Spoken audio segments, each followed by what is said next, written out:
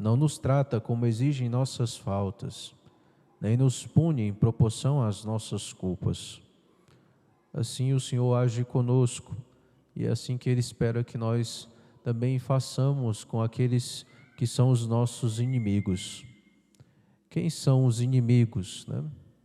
Os inimigos aqui, o inimigo aqui não necessariamente é um inimigo declarado, né? Espero que ninguém tenha um inimigo assim declarado, né? Que realmente se coloque como, né, um opositor, né? Tipo, eu vou acabar com você, eu vou acabar com sua carreira, eu vou acabar com sua família. Espero que ninguém tenha um inimigo dessa maneira, né?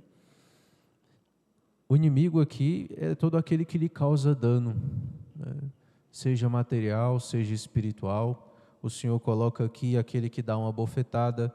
O Senhor coloca aqui também aquele que te difama, que te amaldiçoa, fala mal de você pelas costas, né?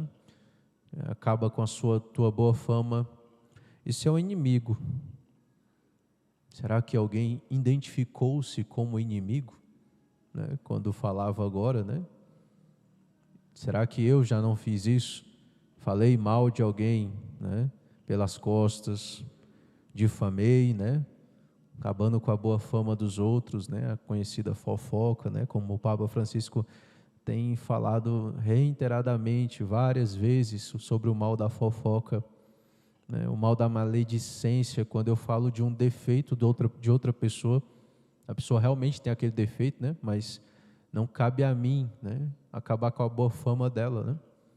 Deixa que ela mesma acabe com a própria boa fama dela, né? Enfim, não é justo, né? Cada um de nós tem direito à boa fama. Então, veja, o inimigo é esse que me causa um dano, né? Causa um dano. Mas é interessante porque aqui o inimigo também pode ser aquele que te pede algo, de certa maneira. É interessante, o Senhor diz aqui: dá a quem te pedir, e se alguém tirar o que é teu, não peças que o devolva. Sabe, às vezes nós tratamos aquele que nos pede algo quase como um inimigo, porque a gente fica com raiva porque o outro pediu, né? Principalmente, né, os nossos irmãozinhos de rua, que às vezes vêm nos pedir algo, né? E aí a gente parece que já o trata como um inimigo, porque mal suporta a presença dele, né? Às vezes não faz nem questão de dar o dinheiro, a gente nem se importa muito de dar o dinheiro, né, de ajudar com a esmola, mas tipo assim, tá bom, mas vai logo, né? Toma aqui e vai logo. E às vezes ele quer contar a história dele, né, dizer por que ele está pedindo, e você, não precisa não, né? Tá, tchau, eu ajudo aqui, ó, pronto, né? Às vezes nós tratamos alguém que nos pede como inimigo também. E o Senhor nos coloca para amar também essas pessoas. Veja quanto que o nosso coração precisa, vamos dizer assim, se alargar, sabe? Quanto o nosso coração realmente precisa amadurecer, né? Quando eu coloco essas situações aqui, eu vou lembrando de situações comigo, tá? Em que eu vivenciei momentos assim, né?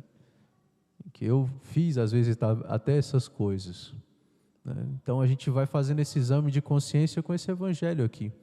Espero que não só pensemos, né, se há alguém a qual eu preciso, uma pessoa a quem eu preciso perdoar, a quem eu preciso amar, porque aparentemente é um inimigo, mas pensemos também se eu não sou esse inimigo de alguém, né?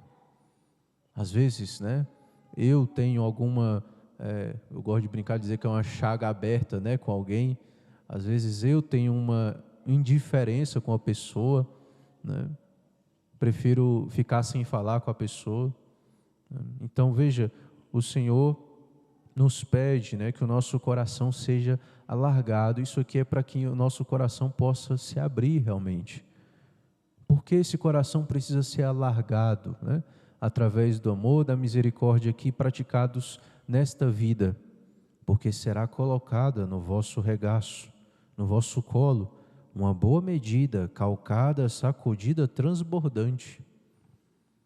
Então, quanto mais nós alargamos o nosso coração durante essa vida, e como fazemos isso? Através da oração, através da caridade, rezando e amando, nós vamos nos tornando melhores. Vamos alargando esse coração. Ou seja, vamos aumentando a boca, né, dessa bolsa, né, que o Senhor coloca aqui, né? Esse finalzinho, o Senhor está fazendo uma analogia com algo que eles tinham na época, né? Na própria túnica, na própria roupa, havia como que um pano, né, um regaço, né? E aí a pessoa podia levar tipo farinha assim aqui, né? Era algo, por isso que ele coloca aqui no vosso colo, né? Então vai ser colocado uma boa medida, calcada, sacudida, transbordante no vosso colo, né? As pessoas transportavam às vezes ali trigo, farinha, né? Essas coisas assim, na roupa mesmo, né? Então era como uma espécie de sacola, né? Hoje em dia a gente usa essas sacolas, né, de mercado, enfim. Lá no Piauí, né, na minha infância, a gente ia nas quitandas, né, e tinha aqueles sacos, né? Aqueles sacos para colocar ali a farinha e tudo mais. E aí o que o vendedor faz? Ele joga as medidas, né? E quando ele vê que já está cheio, ele bate, né, ali, que é para assentar um pouquinho mais e caber mais, né? Porque tem que caber ali 1 quilo de farinha, né, por exemplo. Então o Senhor está dizendo, né, que vai ser colocada uma porção generosa, não será dada uma boa medida, uma porção generosa do seu amor. O amor de Deus é infinito, a sua misericórdia é infinita para conosco. Ele diz que se nós perdoarmos, se nós medirmos as pessoas com uma medida generosa, né, não tivermos essa pressa em julgar, né, a gente vai ter essa misericórdia também da parte dele. Então, assim, faça a experiência, né, de às vezes nós vemos alguém fazendo uma coisa errada e de imediato nós queremos julgar, né, a pessoa, dizer, né, que ela está fazendo algo errado ali e ela tem uma culpa, né? Mas às vezes a gente precisa, sabe, ser um pouco mais generoso com aquela pessoa. Como assim, né? Pensar, não, às vezes ela não sabe o que está fazendo, né? Às vezes ela não entende, às vezes alguém não explicou direito como que deveria ser feito, né? Às vezes, por exemplo, acontece isso às vezes no trabalho, né? A pessoa está ali fazendo o trabalho meio errado, né? E alguns quem tem pressa em julgar já diz, ó lá, está fazendo mal feito, né? Mas aquele que é mais generoso, pensa assim, não, olha, ele talvez ainda não aprendeu muito bem como fazer, eu vou lá ajudar a ensinar, né? E aí vai lá e ensina, né, a pessoa a fazer. O que tem pressa em julgar fica ali, né, dizendo, olha lá, fazendo mal feito. E depois até entrega para o chefe, às vezes, né, dependendo, né? Então, assim, a gente precisa ser mais generoso com o outro, né? Precisamos para que Deus também seja generoso, use essa mesma medida conosco. O Senhor usou uma grande medida, né, de generosidade conosco na cruz. Quando nós o crucificávamos com os nossos pecados, Ele dizia ao Pai, rezava, Pai, perdoa-lhes, eles não sabem o que fazem. Eles não sabem o que fazem. Veja como o Senhor é generoso, né? Nós pecamos gravemente, mortalmente. E Ele vira para o Pai e diz, eles não sabem o que fazem. E de fato, quando nós pecamos mortalmente, no fundo, bem no fundo, nós não sabemos o que estamos fazendo. Nós não temos dimensão da gravidade do pecado mortal. Padre, mas a pessoa sabe sim, é a safadeza dela, é culpa dela sim, ela sabe o que está fazendo. Sabe muito bem. Sabe daquele mal que está fazendo ali aparente. Mas ela não tem noção do que é o pecado, da gravidade do pecado. Veja, o Filho de Deus teve que morrer na cruz por causa do pecado mortal, por conta do pecado, né? Então, não é algo pequeno, não é algo, vamos dizer assim, simples e tranquilo, como às vezes as pessoas pensam que é uma questão simplesmente moral. O pecado gera ódio de Deus. O pecado gera ódio de Deus. Um pecado mortal já gera ódio de Deus. E isso é o suficiente para nos levar para o inferno, se nós morrermos nessa situação. Mas Deus, quando nós éramos seus inimigos, Deus nos amou. Quando nós éramos seus inimigos, Ele nos aceitou, nos recebeu. São Paulo diz isso. E São João diz, né? Nisto consiste o amor. Não fomos nós que amamos a Deus, foi Ele que nos amou por primeiro. quando nós ainda éramos inimigos dele. Veja, se, né, esse não vou amar os inimigos, né, valesse para Deus, né, a gente estava enrolado, né? Estava todo mundo perdido, não sobrava um de nós. Por isso o salmista canta tão bem, né? O Senhor não nos trata como exige nossas faltas. Por isso que a gente tem que pensar nisso, né? Quando nós tivermos que perdoar alguém, sabe? Quando você tiver que perdoar alguém, pense na sua última confissão. Pense nos pecados da sua última confissão. Como que você confessou? Espero que tenha feito uma boa confissão, né? Com a contrição, né, boa, né? Realmente que a alma tenha triturado, tenha doído na alma a ofensa que fez a Deus. Então, quando você precisar perdoar alguém, pense na sua última confissão, pense nos seus pecados que você cometeu, né? Pense em como você pediu perdão a Deus, talvez até com lágrimas, né? Alguns vêm com lágrimas, é bonito, né? Quando as lágrimas realmente são bem, né, vem do fundo da alma, né? A pessoa vem se confessar e ali aquelas lágrimas não é uma falsidade, não, é realmente a pessoa tem uma contrição bonita, né? Às vezes eu fico até com inveja, sinceramente, às vezes eu tenho umas invejas santas assim, né? Uma inveja santa. Poxa vida, Senhor, eu queria ter uma contrição profunda assim, né? Às vezes não tenho tanto assim, né? É bonito isso. Na confissão a gente vê muitas coisas bonitas, eu digo. Não só desgraça, né? As pessoas pensam que é só desgraça. Mas a misericórdia de Deus agindo no coração de uma alma contrita é algo maravilhoso de se ver. Numa alma realmente arrependida, que sente dor na alma por ter ofendido a Deus. Não está ali pensando só em si mesmo, mas está pensando na ofensa que fez a Deus, né? E a pessoa sai restaurada dali. É algo, né, não tem preço, né? Realmente não tem preço isso. Poder ver isso, né? Então eu agradeço a Deus por poder ver a ação dele no sacramento da reconciliação. Não só quando eu tenho que me confessar, mas quando eu tenho que atender os outros também, né? Então, isso é belíssimo. E veja, então assim, pense nisso. E aí você vai evitar duas coisas. Primeiro, pensar que o outro que o outro é pior do que você está em um estágio superior, né? Em que o outro fez algo errado e eu sou bom, né? Eu sou excelente. A segunda coisa que isso vai fazer com que, né, você não faça, né, é realmente você vai se recordar que Deus te amou quando você era inimigo dele. Da mesma maneira, você precisa amar aquela pessoa. Deus te perdoou de uma dívida de um valor infinito. Você só tem que perdoar alguém que te ofendeu, né? Que por maior que seja essa ofensa, ela é infinitamente menor do que a ofensa que você fez a Deus, né?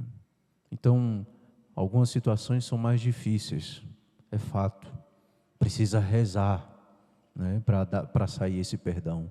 Precisa pedir a Deus a cura desse coração, né? São situações difíceis, né? Porque a gente não pode falar aqui como se fosse uma coisa banal. Por exemplo, um homem que traz sua esposa. Para que essa esposa perdoe, ela precisa rezar, ela precisa de um amor sobrenatural, né? Porque não é fácil, né? Não é fácil. Então, assim, não precisa que saia de imediato, e provavelmente não vai sair de imediato o perdão. É preciso oração, é preciso pedir a Deus que cure essa ferida, essa chaga, né? É preciso tempo, um pouco de tempo, né? Agora, é preciso que cada um de nós busque realmente, né, dar esse perdão necessário, né, esse perdão que precisa ser dado aí àquela pessoa que você tem uma mágoa, né? Então, veja, Deus nos perdoa sempre. As pessoas perguntam assim, quanto tempo para você se confessar, padre? De quanto em quanto tempo a gente se confessa? Aí eu sempre respondo, né? Sempre que você estiver em pecado mortal, né, estiver arrependido desses pecados, de todos os outros que você não se lembra, com o firme propósito de não mais pecar. Então é a cada 30 dias, padre? Sempre. A cada 15 dias? Sempre. Uma semana? Sempre que você, né, a pessoa entender. Porque o Senhor disse para nós, né? Se teu irmão pecar contra ti e vier te pedir perdão, tu o perdoarás.